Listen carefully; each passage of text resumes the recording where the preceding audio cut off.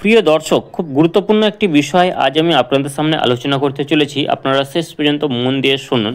দেখুন, সুপ্রিম কোর্টের নির্দেশ অনুসারে 31শে মের মধ্যে এসএসসিকে নতুন বিজ্ঞপ্তি দিতে হবে। এই নতুন বিজ্ঞপ্তি অনুসারে আগের যে নিয়ম ছিল, অর্থাৎ 2016 সালে এসএসসি গেজেট অনুসারে যে সমস্ত নিয়ম ছিল সেগুলি আলোচনা করব। তার পাশাপাশি নতুন যে নিয়ম আসতে চলেছে সেই বিষয়টিও বিস্তারিত স্টেপ বাই স্টেপ আপনাদের সামনে আমি ব্যাখ্যা করতে চলেছি। রিকোয়েস্ট রইলে আপনারা শেষ পর্যন্ত ভিডিওটি দেখুন।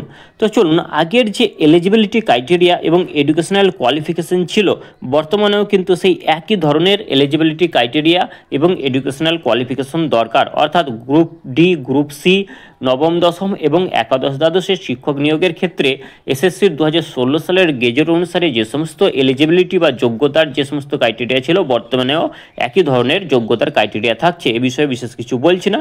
নেক্সট পজিশনে আমরা চলে আসছি, যেটা হচ্ছে এজ লিমিট। তো আপনারা জানেন মিনিমাম এজ লিমিট ছিল 2016 সালের গেজেট অনুসারে 20 বছর, ম্যাক্সিমাম ছিল 40 বছর।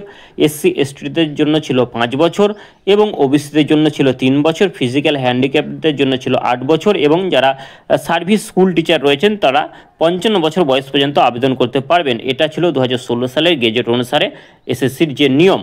বর্তমানে যে নিয়ম আসতে চলেছে এজের ক্ষেত্রে সেটা প্রায় সেমই থাকবে। সেই সঙ্গে স্পেশাল যে বিষয়টা যোগ হবে সেটা হচ্ছে যারা নট স্পেসিফিক্যালি টেন্টেড, অর্থাৎ সুপ্রিম কোর্টের রায় অনুসারে যে সমস্ত ক্যান্ডিডেটরা নট স্পেসিফিক্যালি টেন্টেড রয়েছেন, অর্থাৎ প্রায় 19,000 ক্যান্ডিডেট রয়েছেন, তারা কিন্তু বয়সের ছাড় পাবেন এবং কতটা বয়সের ছাড় পাবেন সেটা নির্ভর করছে সম্পূর্ণ এসএসসির সিদ্ধান্তের ওপর।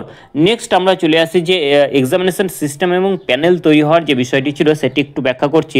দেখুন, 2016 সালের এসএসসি গেজেট অনুসারে যে নিয়মটি ছিল সেক্ষেত্রে রিটেন পরীক্ষায় 55 নম্বর ছিল। ভালোভাবে বুঝবেন, রিটেন পরীক্ষা অর্থাৎ লিখিত পরীক্ষায় ছিল 55 নম্বর, একাডেমিক এবং প্রফেশনাল কোয়ালিফিকেশন মিলে ছিল 35 নম্বর এবং পার্সোনালিটি টেস্টে ছিল 10 নম্বর। তাহলে 55, 35 আর 10 টোটাল হচ্ছে 100 নম্বর।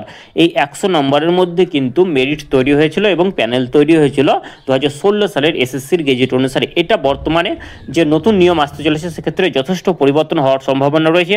কোন কোন ক্ষেত্রে পরিবর্তন হওয়ার সম্ভাবনা রয়েছে সেগুলি আমি ব্যাখ্যা করতে চলেছি, আপনারা কাইন্ডলি শুনুন। দেখুন, আগের যে একাডেমিক এবং প্রফেশনাল কোয়ালিফিকেশনের যে বিষয়টি ছিল সেটা সম্পূর্ণভাবে উঠে যাচ্ছে নতুন এসএসসির গেজেট অনুসারে। 2025 সালে যে নতুন গেজেট আসতে চলেছে সেই অনুসারে। তাহলে তার পরিবর্তে কী হবে? তার পরিবর্তে যে বিষয়গুলি হবে খুব ভালোভাবে আপনারা বিষয়টি দেখুন। যে প্রথমে একটা প্রিলিমিনারি টেস্ট নেওয়া হবে 100 নম্বরের প্রিলিমিনারি টেস্ট, ঠিক আছে? 100 নম্বরের সবার জন্য, এটা যারা নবম দশম যারা দেবেন বিভিন্ন আর্টস বা সায়েন্স তাদের ক্ষেত্রে এবং যারা একাদশ দ্বাদশে পরীক্ষা দেবেন তাদের ক্ষেত্রেও প্রিলিমিনারি টেস্ট 100 নম্বরের। এরপরে যেটা হবে, ধরুন আপনার গ্র্যাজুয়েশনে যে সাবজেক্ট আছে বা এমএ এমএসসিতে যে সাবজেক্ট আছে সেক্ষেত্রে সাবজেক্টের একটা পরীক্ষা হবে, সেটা হবে 80 নম্বরের। তাহলে 100 যুক্ত 80 সমান হচ্ছে 180 এবং এই 180 হলো আপনার পরীক্ষার বিষয়টা। এরপর চলে আসছে পার্সোনালিটি টেস্ট। তো পার্সোনালিটি টেস্টে থাকবে 10 নম্বর। তাহলে দেখুন, আপনার প্রিলিমিনারি টেস্ট হচ্ছে 100, সাবজেক্ট হচ্ছে 80, তাহলে লিখিত পরীক্ষা দুটো যোগ করলে হয় 180। এই 180-র 50% মানে 90 এবং সেই সঙ্গে পার্সোনালিটি টেস্ট হচ্ছে 10, তাহলে 90 আর 10 হচ্ছে টোটাল 100। এই 100 নম্বরের মধ্যে কিন্তু আপনাদের মেরিট লিস্ট তৈরি হবে বা ব্রেকআপ তৈরি হবে এবং আপনাদের একটা প্যানেল তৈরি হবে। এটা হচ্ছে মোদ্দা কথা। অর্থাৎ সম্পূর্ণভাবে আপনাদের একাডেমিক এবং প্রফেশনাল কোয়ালিফিকেশনের যে বিষয়টি ছিল সেটা উঠে যাচ্ছে। তার পরিবর্তে প্রিলিমিনারি টেস্ট আছে, একটা প্রিলিমিনারি টেস্ট থাকছে, সাবজেক্ট টেস্ট থাকছে এবং সেই সঙ্গে পার্সোনালিটি টেস্ট থাকছে, ঠিক আছে? এটা হচ্ছে বিষয়। এখন আরেকটি বিষয় হচ্ছে যে প্যানেলের যে এক্সপায়ারি আগে ছিল এসএসসি নিয়ম অনুসারে 1 বছর, এক্ষেত্রেও কিন্তু এসএসসি 1 বছরের প্যানেল এক্সপায়ারি ডেট রাখতে চলেছে বলে আমার ধারণা। এবং ওএমআরের যে বিষয়টি ছিল যে আগে 1 বছর ওএমআর সংরক্ষণ করার বিষয় ছিল, এক্ষেত্রে যে পরিবর্তনটা আসতে চলেছে যে পরীক্ষা হওয়ার সঙ্গে সঙ্গে প্রত্যেকটি ক্যান্ডিডেটকে ওএমআরের কার্বন কপি দিয়ে দেওয়া হবে এসএসসি তরফ থেকে, বা যেখানে পরীক্ষা হচ্ছে সেই পরীক্ষা সেন্টার থেকে অবশ্যই প্রত্যেককে দেওয়া হবে। এবং যে এবার বর্তমানে যে পরীক্ষা নেওয়া হবে সেক্ষেত্রে ওএমআর কত বছর সংরক্ষণ করে রাখবে সেটা সম্পূর্ণভাবে এসএসসির উপর নির্ভর করছে। তো এটা ছিল টোটাল বিষয়, পুরো আলোচনা।